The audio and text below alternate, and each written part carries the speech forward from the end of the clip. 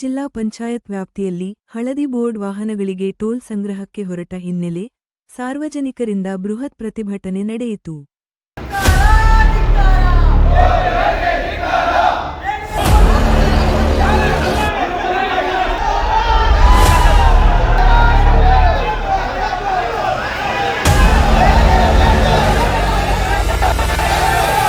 Sasthana toll ಕೇಂದ್ರಕ್ಕೆ ಮುತ್ತಿಗೆ ಹಾಕಿದ ಸಾರ್ವಜನಿಕರು ಸ್ಥಳೀಯರಿಗೆ ಟೋಲ್ ಸಂಗ್ರಹಿಸುವ ವೇನಲ್ಲಿ ಜಿಲ್ಲಾಡಳಿತ ಮತ್ತು ಟೋಲ್ ಕೇಂದ್ರದ ವಿರುದ್ಧ ಪ್ರತಿಭಟಿಸಿದರು. ಸ್ಥಳದಲ್ಲಿ ಸಂಸದ ಕೋಟಾ ಶ್ರೀನಿವಾಸ ಪೂಜಾರಿ ಮೊಕ್ಕಂ ಹೂಡಿ ಸಾರ್ವಜನಿಕರಿಗೆ ಆಗುತ್ತಿರುವ ಸಮಸ್ಯೆ ಬಗ್ಗೆ ಜಿಲ್ಲಾಡಳಿತದ ಗಮನ ಸೆಳೆದರು. ಬಹಳ ಹೊತ್ತು ಜಿಲ್ಲಾಧಿಕಾರಿಗಳೊಂದಿಗೆ ಚರ್ಚೆ ನಡೆಸಿದ ಸಂಸದರು ವಾಹನ ಮಾಲೀಕರ ಸಮಸ್ಯೆಯನ್ನು ಜಿಲ್ಲಾಧಿಕಾರಿಗಳ ಗಮನಕ್ಕೆ ತಂದರು. ಇಲ್ಲಿ ಮೀನು ಮಾರುಕಟ್ಟೆಗೆ ಹೋಗಬೇಕಾದರೂ ಟೋಲ್ ಕೊಡಬೇಕು, ಗಾಡಿಗೆ ಪೆಟ್ರೋಲ್ ಹಾಕಬೇಕಾದರೂ ಟೋಲ್ ಕೊಡಬೇಕು. ಇಂತಹ ಪರಿಸ್ಥಿತಿಯಲ್ಲಿ ಟೋಲ್ ಸಂಗ್ರಹ ಎನ್ನುವುದು ಸರಿಯಲ್ಲ. ಮೊದಲಿನಂತೆ ಕೋಟಾ ಜಿಲ್ಲಾ ಪಂಚಾಯತ್ ವ್ಯಾಪ್ತಿಯಲ್ಲಿ ಟೋಲ್ ವಿನಾಯಿತಿ ನೀಡಬೇಕು ಎಂದು ಜಿಲ್ಲಾಧಿಕಾರಿಗಳಿಗೆ ಸೂಚಿಸಿದರು. ಇದಕ್ಕೆ ಒಪ್ಪದ ಜಿಲ್ಲಾಧಿಕಾರಿಗಳು ಗಣಿ ವಾಹನಗಳಿಗೆ ಟೋಲ್ ವಿನಾಯಿತಿ ನೀಡಲು ಸಾಧ್ಯವಿಲ್ಲ ಎಂದರು. ನಂತರ ಸ್ಥಳಕ್ಕೆ ಆಗಮಿಸಿದ ಕುಂದಾಪುರ ಉಪವಿಭಾಗಾಧಿಕಾರಿ ಮಹೇಂದ್ರ ಸಂಸದರೊಂದಿಗೆ ಸಾಕಷ್ಟು ಚರ್ಚೆ ನಡೆಸಿದರು.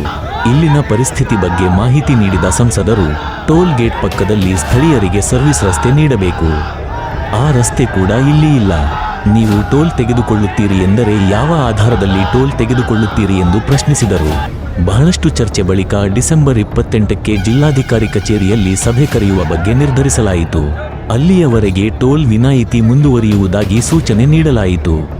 ತಮ್ಮ ಅಹವಾಲುಗಳು ಏನು ಮಾಡಿದರೆ ಅಹವಾಲನ್ನು ನಾವು ಮನೆ ಜಿಲ್ಲಾಧಿಕಾರಿಗಳ ಗಮನಕ್ಕೆ ತಂದಿದ್ದೇವೆ. ಜಿಲ್ಲಾಧಿಕಾರಿಗಳ 30ನೇ ತಾರೀಕು ಮೀಟಿಂಗ್ ಇದೆ. 30ನೇ ತಾರೀಕಿನವರೆಗೂ ಎಲ್ಲ ವೆಹಿಕಲ್ಗಳು ನಾವು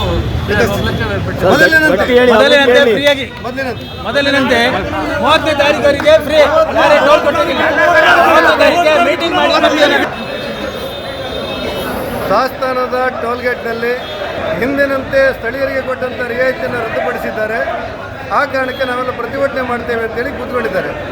ಸುದೀರ್ಘವಾದಂಥ ಚರ್ಚೆಯ ನಂತರ ಇಲ್ಲಿಯ ಕಂಪನಿಯ ಮಾಲೀಕರು, ಟೋಲ್ಗೇಟ್ನ ಮಾಲೀಕರು, ಜಿಲ್ಲಾಧಿಕಾರಿಯವರು, SP ಅವರು ನಮ್ಮೆಲ್ಲರ ಜೊತೆ ಮಾತಾಡಿ 30ನೇ ತಾರೀಕು, ಈ ತಿಂಗಳ 30ನೇ ತಾರೀಕಿಗೆ, ಅಂದರೆ ಇವತ್ತು 21 ಅಂತ ಇದ್ದರೆ 30ನೇ ತಾರೀಕಿಗೆ ನಾವೆಲ್ಲ ಜನಪ್ರತಿನಿಧಿಗಳ ಮತ್ತು ಅಧಿಕಾರಿಗಳ ಮೀಟಿಂಗ್ ಕರೀತೇವೆ. ಅಲ್ಲಿಯವರೆಗೆ ಎಂದಿನಂತೆ ಯಾರ್ಯಾರಿಗೆ ರಿಯಾಯಿತಿ ಇದೆ ಅವರಿಗೆಲ್ಲರೂ ರಿಯಾಯಿತಿ ಮುಂದುವರಿಯುತ್ತದೆ ಅನ್ನುವಂಥ ಮಾತನ್ನು ಹೇಳಿದ್ದಾರೆ. ಹಾಗಾಗಿ ಇವರೆಲ್ಲರೂ ಕೂಡ ಇವತ್ತು ಪ್ರತಿಭಟನೆಯನ್ನು, ಧರಣಿಯನ್ನು ವಾಪಸ್ ಪಡೆದಿದ್ದಾರೆ. 30ನೇ ತಾರೀಕು ಜಿಲ್ಲಾಧಿಕಾರಿಯವರ ಕಚೇರಿಯಲ್ಲಿ ನಡೆಯುವಂಥ ಮೀಟಿಂಗಲ್ಲಿ ಅಂತಿಮ ತೀರ್ಮಾನವನ್ನು ಮಾಡ್ತೇವೆ. ಸದ್ಯಕ್ಕೆ ಈ ಸಮಸ್ಯೆ ಪರಿಹರಿಸಿ 30ನೇ ತಾರೀಕಿನ ಮೀಟಿಂಗ್ನಲ್ಲಿ ಸಾಸ್ತಾನ ಟೋಲ್ಗೇಟ್ಗೆ ಸಂಬಂಧಪಟ್ಟಂತೆ ಸಾಸ್ತಾನ ಪರಿಸರದ ಜಿಲ್ಲಾ ಪಂಚಾಯತ್ ವ್ಯಾಪ್ತಿಯ ಸ್ಥಳೀಯ ವಾಹನ ಚಾಲಕರಿಗೆ, ಮಾಲಕರಿಗೆ ರಿಯಾಯಿತಿ ಕೊಡುವಂಥ ಸಬ್ಜೆಕ್ಟಿನ ಬಗ್ಗೆ ಮಾತಾಡಲಾಗುತ್ತೆ, ಚರ್ಚೆ ಮಾಡಲಾಗುತ್ತೆ. ಈಗಾಗಲೇ ಸರ್ವಿಸ್ ರೋಡ್ ಮಾಡಬೇಕಂತ ನಿಯಮ ಇದೆ, ಅದು ಕಂಪನಿಯವರು ಮಾಡಿಲ್ಲ. ಆ ಸರ್ವಿಸ್ ರೋಡ್ ಯಾಕೆ ಮಾಡಿಲ್ಲ ಅನ್ನುವಂಥ ಉಲ್ಲೇಖವನ್ನು ನಾಡ್ದು ಮಾಡ್ತೇವೆ.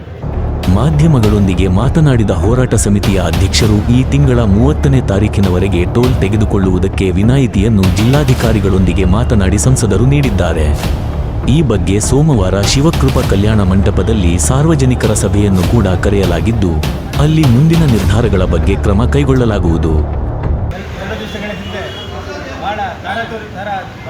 ತರತುರಿಯಲ್ಲಿ ಈ ಟೋಲ್ನವರು ಕಮರ್ಷಿಯಲ್ ವೆಹಿಕಲ್ ವಾಹನಗಳಿಗೆ ಟೋಲ್ ತೆಗೆದು ಶುರು ಮಾಡಿದ್ರು.